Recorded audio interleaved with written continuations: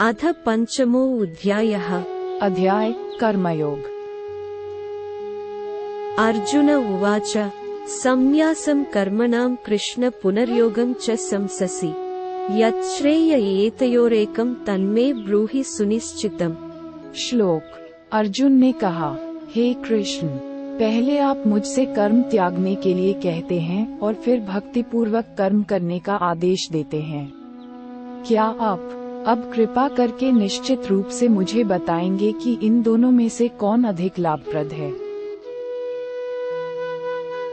श्री भगवानुवाच संन्यासः कर्मयोगश्च निःश्रेयसकरावुभौ तयोस्तु कर्म संन्यासात् कर्मयोगो विशिष्यते। श्लोक। श्री भगवान ने उत्तर दिया, मुक्ति के लिए तो कर्म का परित्याग तथा भक्तिमय कर्मयोग दोनों ही उत्तम हैं, किंतु इन दोनों में से कर्म के परित्याग से भक्तियुक्त कर्म श्रेष्ठ है। अंग्लेयः स नित्य संन्यासी यो न द्वेष्टि न कांक्षति निर्द्वन्द्वो हि महाबाहो सुखम बंधात् प्रमुच्यते। श्लोक। जो पुरुष न तो कर्मफलों से घृणा करता है और न कर्मफल की इच्छा करता है, वह नित्य सन्यासी जाना जाता है। हे महाबाहु अर्जुन, ऐसा मनुष्य समस्त द्वंद्वों से रहित होकर भवबंधन को पार कर पूर्णतया मुक्त हो जाता है। सांख्य योगौ पृथक् बालाः प्रवदन्ति न पंडिताः एकमप्यास्थितः सम्यगुभयोर्विन्दते फलम्। श्लोक। अज्ञानी ही भक्ति कर्मयोग को भौतिक जगत के विश्लेषणात्मक अध्ययन सांख्य से भिन्न कहते हैं। जो वस्तुत ज्ञानी हैं वे कहते हैं कि जो इनमें से किसी एक मार्ग का भली भांति अनुसरण करता है, वह दोनों के फल प्राप्त कर लेता है।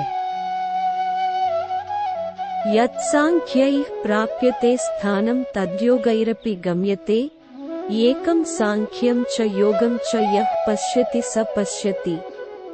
श्लोक।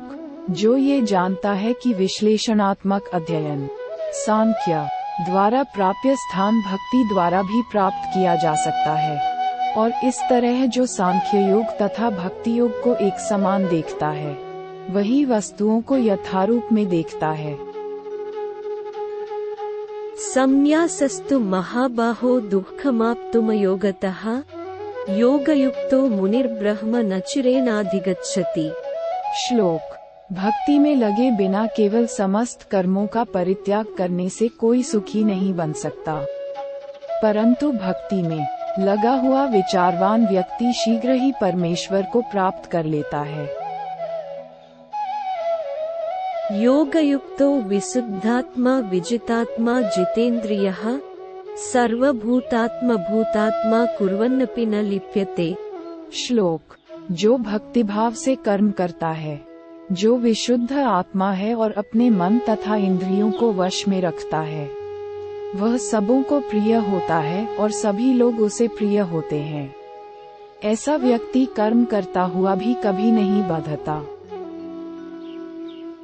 नैव किंचित् करोमीति युक्तो मन्येत तत्त्ववित् पश्यन् शृण्वन् स्पृशन् जिघ्रन्नश्नन् गच्छन् स्वप्नश्वसन् प्रलपन् विसृजन् गृह्णन्नुन्मिषन् निमिषन्नपि इंद्रियाणीन्द्रियार्थेषु वर्तन्त इति धारयन्। श्लोक। दिव्य भावनामृत युक्त पुरुष देखते, सुनते, स्पर्श करते, सूंघते, खाते, चलते फिरते, सोते तथा श्वास लेते हुए भी अपने अंतर में सदैव यही जानता रहता है कि वास्तव में वह कुछ भी नहीं करता। बोलते, त्यागते, ग्रहण करते या आंखें खोलते बंद करते हुए भी वह ये जानता रहता है कि भौतिक इंद्रियां अपने अपने विषयों में प्रवृत्त हैं और वह इन सब से पृथक है। ब्रह्मण्याधाय कर्माणि संगं त्यक्त्वा करोति यः लिप्यते न स पापेन पद्मपत्रमिवाम्भसा। श्लोक। जो व्यक्ति कर्मफलों को परमेश्वर को समर्पित करके आसक्ति रहित होकर अपना कर्म करता है, वह पाप कर्मों से उसी प्रकार अप्रभावित रहता है जिस प्रकार कमलपत्र जल से अस्पृश्य रहता है। कायेन मनसा बुद्ध्या केवलैरिन्द्रियैरपि योगिनः कर्म कुर्वन्ति संगम त्यक्त्वात्मशुद्धये। श्लोक। योगी जन आसक्ति रहित होकर शरीर, मन, बुद्धि तथा इंद्रियों के द्वारा भी केवल शुद्धि के लिए कर्म करते हैं।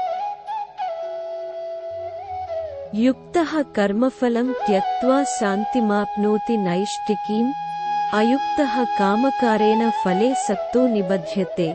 श्लोक। निश्चल भक्त शुद्ध शांति प्राप्त करता है क्योंकि वह समस्त कर्मफल मुझे अर्पित कर देता है। किंतु जो व्यक्ति भगवान से युक्त नहीं है और जो अपने श्रम का फलकामी है, वह बंध जाता है। सर्वकर्माणि मनसा संन्यस्यास्ते सुखं वशी, नवद्वारे पुरे देहि नैव कुर्वन्न कारयन्। श्लोक। जब देहधारी जीवात्मा अपनी प्रकृति को वश में कर लेता है और मन से समस्त कर्मों का परित्याग कर देता है, तब वह 9 द्वारों वाले नगर, भौतिक शरीर में बिना कुछ किए कराए सुखपूर्वक रहता है। न कर्तृत्वं न कर्माणि लोकस्य सृजति प्रभुः, न कर्मफलसंयोगं स्वभावस्तु प्रवर्तते। श्लोक। शरीर रूपी नगर का स्वामी देहधारी जीवात्मा न तो कर्म का सृजन करता है, न लोगों को कर्म करने के लिए प्रेरित करता है, न ही कर्मफल की रचना करता है। ये सब तो प्रकृति के गुणों द्वारा ही किया जाता है। नादत्ते कस्यचित् पापं न चैव सुकृतं विभुः, अज्ञानेनावृतम् अज्ञानं तेन मुह्यन्ति जन्तवः। श्लोक। परमेश्वर न तो किसी के पापों को ग्रहण करता है, न पुण्यों को, किंतु सारे देहधारी जीव उस अज्ञान के कारण मोहग्रस्त रहते हैं, जो उनके वास्तविक ज्ञान को आच्छादित किए रहता है। अज्ञानेन तु तज्ज्ञानं येषां नासितमात्मनः, तेषामादित्यवज्ञानं प्रकाशयति तत्परम्। श्लोक।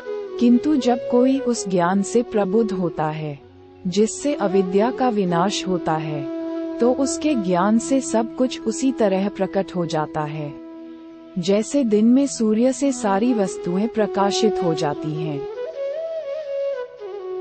तद्बुद्धयस्तदात्मानस्तन्निष्ठास्तत्परायणाः, गच्छन्त्य पुनरावृत्तिम् अज्ञाननिर्धूतकल्मषाः।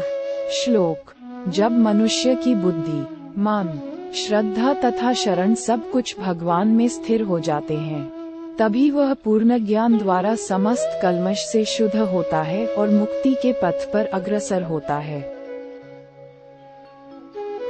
विद्या विनय संपन्ने ब्राह्मणे गवि हस्तिनि, सुनि चैव स्वपाके च पंडिताः समदर्शिनः। श्लोक। विनम्र साधु पुरुष अपने वास्तविक ज्ञान के कारण एक विद्वान तथा विनीत ब्राह्मण, गाय, हाथी, कुत्ता तथा चांडाल को समान दृष्टि, संभाव से देखते हैं। इहैव तैर्जितः सर्गो येषां साम्ये स्थितं मनः, निर्दोषं हि समं ब्रह्म तस्माद् ब्रह्मणि ते स्थिताः। श्लोक। जिनके मन एकत्व तथा समता में स्थित हैं, उन्होंने जन्म तथा मृत्यु के बंधनों को पहले ही जीत लिया है। वे ब्रह्म के समान निर्दोष हैं और सदा ब्रह्म में ही स्थित रहते हैं। न प्रहृष्येत् प्रियं प्राप्य नोद्विजेत् प्राप्य चाप्रियम्, स्थिरबुद्धिरसम्मूढो ब्रह्मविद् ब्रह्मणि स्थितः। श्लोक। जो न तो प्रिय वस्तु को पाकर हर्षित होता है और न अप्रिय को पाकर विचलित होता है, जो स्थिर बुद्धि है, जो मोहरहित है और भगवद विद्या को जानने वाला है, वह पहले से ही ब्रह्म में स्थित रहता है। बाह्य स्पर्शेष्वसक्तात्मा विन्दत्यात्मनि यत् सुखम्, स ब्रह्मयोगयुक्तात्मा सुखमक्षयमश्नुते। श्लोक। ऐसा मुक्त पुरुष भौतिक इंद्रिय सुख की ओर आकृष्ट नहीं होता, अपितु सदैव समाधि में रहकर अपने अंतर में आनंद का अनुभव करता है। इस प्रकार स्वरूप सिद्ध व्यक्ति परब्रह्म में एकाग्रचित होने के कारण असीम सुख भोगता है। ये हि संस्पर्शजा भोगा दुःखयोनय एव ते आद्यन्तवन्तः कौन्तेय न तेषु रमते बुधः। श्लोक। बुद्धिमान मनुष्य दुख के कारणों में भाग नहीं लेता जो कि भौतिक इंद्रियों के संसर्ग से उत्पन्न होते हैं। हे कुंती पुत्र, ऐसे भोगों का आदि तथा अंत होता है, अत चतुर व्यक्ति उनमें आनंद नहीं लेता। शक्नोति हैव यः सोढुं प्राक्शरीर विमोक्षणात् काम क्रोधोद्भवं वेगं स युक्तः स सुखी नरः। श्लोक। यदि इस शरीर को त्यागने के पूर्व कोई मनुष्य इंद्रियों के वेगों को सहन करने तथा इच्छा एवं क्रोध के वेग को रोकने में समर्थ होता है, तो वह इस संसार में सुखी रह सकता है। यो त्वं तः सुखो त्वं तरारामस्तथान्तर्ज्योतिरेव यः स योगी ब्रह्मनिर्वाणं ब्रह्मभूतो उद्दिगच्छति। श्लोक। जो अंत करण में सुख का अनुभव करता है, जो कर्मठ है और अंत करण में ही रमण करता है तथा जिसका लक्ष्य अंतर्मुखी होता है, वह सचमुच पूर्ण योगी है। वह परब्रह्म में मुक्ति पाता है और अंततो गत्वा ब्रह्म को प्राप्त होता है। लभन्ते ब्रह्मनिर्वाणं ऋषयः क्षीणकल्मषाः छिन्नद्वैधा यतात्मानः सर्वभूतहिते रताः। श्लोक। जो लोग संशय से उत्पन्न होने वाले द्वैत से परे हैं, जिनके मन आत्म साक्षात्कार में रत हैं, जो समस्त जीवों के कल्याण कार्य करने में सदैव व्यस्त रहते हैं और जो समस्त पापों से रहित हैं, वे ब्रह्म निर्वाण मुक्ति को प्राप्त होते हैं। काम क्रोध वियुक्तानां यतीनां यतचेतसाम् अभितो ब्रह्मनिर्वाणं वर्तते विदितात्मनाम्। श्लोक। जो क्रोध तथा समस्त भौतिक इच्छाओं से रहित हैं, जो स्वरूप सिद्ध आत्मसंयमी हैं और संसिद्धि के लिए निरंतर प्रयास करते हैं, उनकी मुक्ति निकट भविष्य में सुनिश्चित है। स्पर्शान् कृत्वा बहिर्बाह्यांश्चक्षुश्चैवान्तरे भ्रुवोः प्राणापानौ समौ कृत्वा नासाभ्यन्तरचारिणौ यतेन्द्रियमनोबुद्धिर्मुनिर्मोक्षपरायणः विगतेच्छाभयक्रोधो यः सदा मुक्त एव सः। श्लोक। समस्त इंद्रिय विषयों को बाहर करके, दृष्टि को भौहों के मध्य में केंद्रित करके, प्राण तथा अपान वायु को नथुनों के भीतर रोककर और इस तरह मन, इंद्रियों तथा बुद्धि को वश में करके जो मोक्ष को लक्ष्य बनाता है, वह योगी इच्छा, भय तथा क्रोध से रहित हो जाता है। जो निरंतर इस अवस्था में रहता है, वह अवश्य ही मुक्त है। भोक्तारं यज्ञतपसां सर्वलोकमहेश्वरं सुहृदं सर्वभूतानां अज्ञात्वा मां शान्तिमृच्छति। श्लोक। मुझे समस्त यज्ञों तथा तपस्याओं का परम भोक्ता, समस्त लोकों तथा देवताओं का परमेश्वर एवं समस्त जीवों का उपकारी एवं हितैषी जानकर मेरे भावनामृत से पूर्ण पुरुष भौतिक दुखों से शांति लाभ करता है। ओम तत्सदिति श्रीमद्भगवद्गीतासूपनिषत्सु ब्रह्मविद्यायां योगशास्त्रे श्रीकृष्णार्जुन संवादे कर्म संन्यासयोगो नाम पंचमो अध्यायः।